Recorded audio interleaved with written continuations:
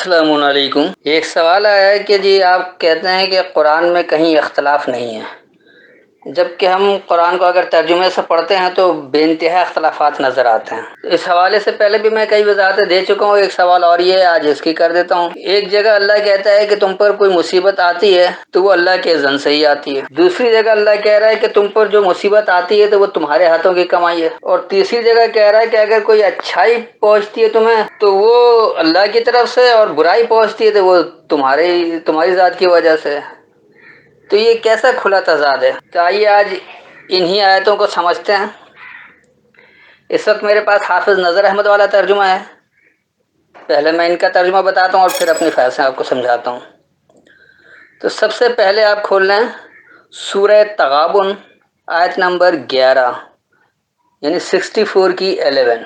تو میں سمجھاتے وقت عربی متن پڑھ لوں گا، اس وقت صرف ان کا ترجمہ پڑھ دیتا ہوں کہ کوئی مصیبت نہیں پہنچتی مگر اللہ کے اذن سے، اور جو شخص اللہ پر ایمان لاتا ہے وہ اس کے دل کو ہدایت دیتا ہے، اور اللہ ہر شے کو جاننے والا ہے۔ یعنی یہاں اللہ یہ کہہ رہا ہے کہ جو بھی مصیبت پہنچتی ہے وہ اللہ کے اذن سے ہی ہوتی ہے، اور جو ایمان لے آتا ہے اس کی دل کو ہدایت دیتا ہے، اور اللہ ہر شے کو جاننے والا ہے۔ تو کیا واقعی ایسا ہے کہ جو بھی مصیبت پہنچتی ہے وہ اللہ کے اذن سے ہی پہنچتی ہے؟ ما اصابہ، جو پہنچے، میں مصیبت، کوئی مصیبت یا کسی مصیبت سے، اللہ باذن اللہ، صرف اللہ کا ضابطہ ہے، اللہ کے ضابطے کو ہے۔ ومن یؤمن باللہ، اور جو یہ مان لے اللہ کو، یہدی قلبہ، ہدایت ہے اس کے پلٹنے کی۔ واللہ بکل شیء علیم، اور اللہ ہر ایک شے کو جاننے والا ہے۔ تو یہاں اللہ یہ کہہ رہا ہے کہ کوئی مصیبت جو پہنچتی ہے، کمالین اللہ نے جو ضابطہ دے رکھا ہے اسی ضابطے کے تحت مصیبت پہنچتی ہے۔ جو اللہ کو مان لیتا ہے تو اس کے پلٹنے کے لیے ہدایت ہے، اور اللہ ہر ایک شے کا جاننے والا ہے۔ تو اللہ یہ نہیں کہہ رہا کہ مصیبت جو پہنچتی ہے وہ اللہ کے اذن سے، اللہ کی اجازت سے، ایسے کوئی مسئلہ نہیں ہے، بلکہ جو بھی مصیبت پہنچ رہی ہے وہ اللہ کے ضابطے کے تحت ہے، اللہ نے جو ضابطہ مقرر کر رکھا ہے اسی کے تحت ہے، اس سے باہر نہیں ہے۔ اب دوسری جگہ سورہ شورى، یعنی سورہ نمبر 42 اور اس کی آیت نمبر 30، یعنی 30، یہ دیکھ لیں۔ یہاں ان کا ترجمہ ہے، اور تمہیں جو کوئی مصیبت پہنچی تو وہ اس کے سبب پہنچی جو تمہارے ہاتھوں نے کمایا، اور وہ بہت سے گناہ معاف ہی کر دیتا ہے۔ تو اس ترجمے سے ایسا لگ رہا ہے کہ اب یہاں اللہ بتا رہا ہے کہ تمہیں جو مصیبت پہنچتی ہے تو تمہارے ہی سبب جو تمہارے ہاتھوں نے کمایا ہے۔ پہلے کہہ دیا تھا کہ اللہ کے اذن سے ہی ہوتا ہے، اس کے بعد کہہ دیا کہ یہ تو وہاں بھی اللہ کا اذن نہیں بلکہ اللہ کے ضابطے کے تحت ہے۔ اب یہاں بھی بات بہت کلیئر ہے کہ وما اصابکم من مصیبت، اور جو پہنچے تمہیں کوئی مصیبت سے، فبما کسبت ایدیکم، بس اس کا جو کمایا ہے تمہارے سامنے، جو کمائی تمہارے نہیں، لیکن تم نے جو عمل کیا ہے تو تمہارا عمل کا نتیجہ ہی تمہارے سامنے آئے گا۔ ویعفو عن کثیر، اور عافیت دیتا ہے بہت سو کے بارے میں، اللہ تو بہت سے کے بارے میں عافیت دے دیتا ہے، وہ ہر معاملے میں پکڑتا ہی نہیں۔ اگر ہر معاملے میں پکڑتا، اللہ کا ضابطہ اگر یہ ہوتا ہے کہ فوراً پکڑ لیا جائے، تو ایک جگہ یہ بھی آتا ہے کہ پھر زمین پر کوئی بھی تمہیں صحیح سلامت نہیں ملتا۔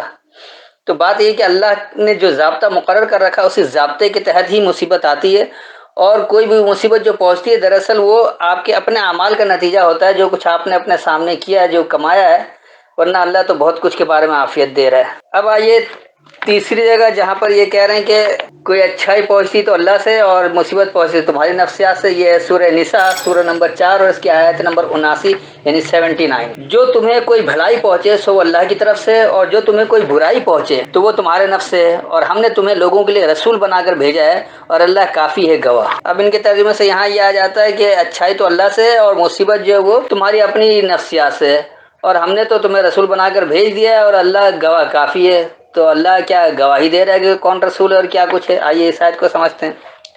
وَمَا أَصَابَكَ مِنْ حَسَنَةٍ، جو پہنچتی ہے تمہیں کوئی اچھائی سے، فَمِنَ اللَّهِ، پس اللہ سے۔ اتنی سی بات آپ کو، جو بھی اچھائی پہنچ رہی ہے وہ اللہ ہی سے پہنچ رہی ہے، کیونکہ اللہ کے ضابطے کے تحت ہے سب کچھ۔ وَمَا أَصَابَكَ مِنْ سَيِّئَةٍ، اور جو پہنچتی ہے تمہیں کوئی برائی سے، فمن نفسک، پس تمہاری نفسیات سے۔ آپ نے اپنی نفسیات پر عمل کر لیا، آپ نے اللہ کے احکامات کو نہیں سمجھا، اس کے اذن کو نہیں سمجھا، اور اس میں اپنی سوچ کی ملاوٹ کر کے اگر آپ نے کوئی عمل کر لیا تو یقینی سی بات ہے کہ وہ جب اللہ کے اذن سے اس کا ٹکراؤ ہوگا تو وہ نتیجہ برا آئے گا، غلط آئے گا۔ وَأَرْسَلْنَاكَ لِلنَّاسِ رَسُولًا، اور ہم نے بھیجا ہے تم کو لوگوں کے لیے پیغام دینے والا۔ تو اللہ نے جو ہمیں قرآن بھیجا ہے، کتاب بھیجا ہے، کسی شخص کو نہیں بھیجا ہے۔ یہاں پر یہ کا کی ضمیر جو شخص کی طرف نہیں آ رہا ہے، بلکہ یہ اس کتاب کی طرف آ رہا ہے کہ ہم نے ارسال کیا ہے تم کو لوگوں کے لیے پیغام دینے والا، تو جو بھی شخص اس پیغام کو سمجھے گا تو وہ اللہ کی ہدایت تک پہنچ جائے گا۔ اللہ نے اپنا پیغام بھیجا، اپنا رسالہ بھیجا ہے، اور اس رسالے سے جو بھی ہدایت لے لے گا تو وہ پیغام کو سمجھنے والا ہو جائے گا۔ وقف باللہ شہیدہ، اور اللہ کا مشاہدہ کافی ہے۔ اللہ یہ نہیں کرے کہ اللہ کافی گواہ ہے، اللہ کسی کی گواہی دینے کے لیے نہیں کھڑا ہو رہا، اللہ کا مشاہدہ کافی۔ اللہ نے اپنا مشاہدہ پورا بتا دیا ہے کہ دیکھو ایسا کرو گے یوں ہوگا، ایسا کرو گے، اس کا مشاہدہ کافی ہے، اس میں مزید کسی ترمیم یا تنسیخ کی ضرورت ہی نہیں ہے، تو وہ اسی کے تحت ہوتا ہے۔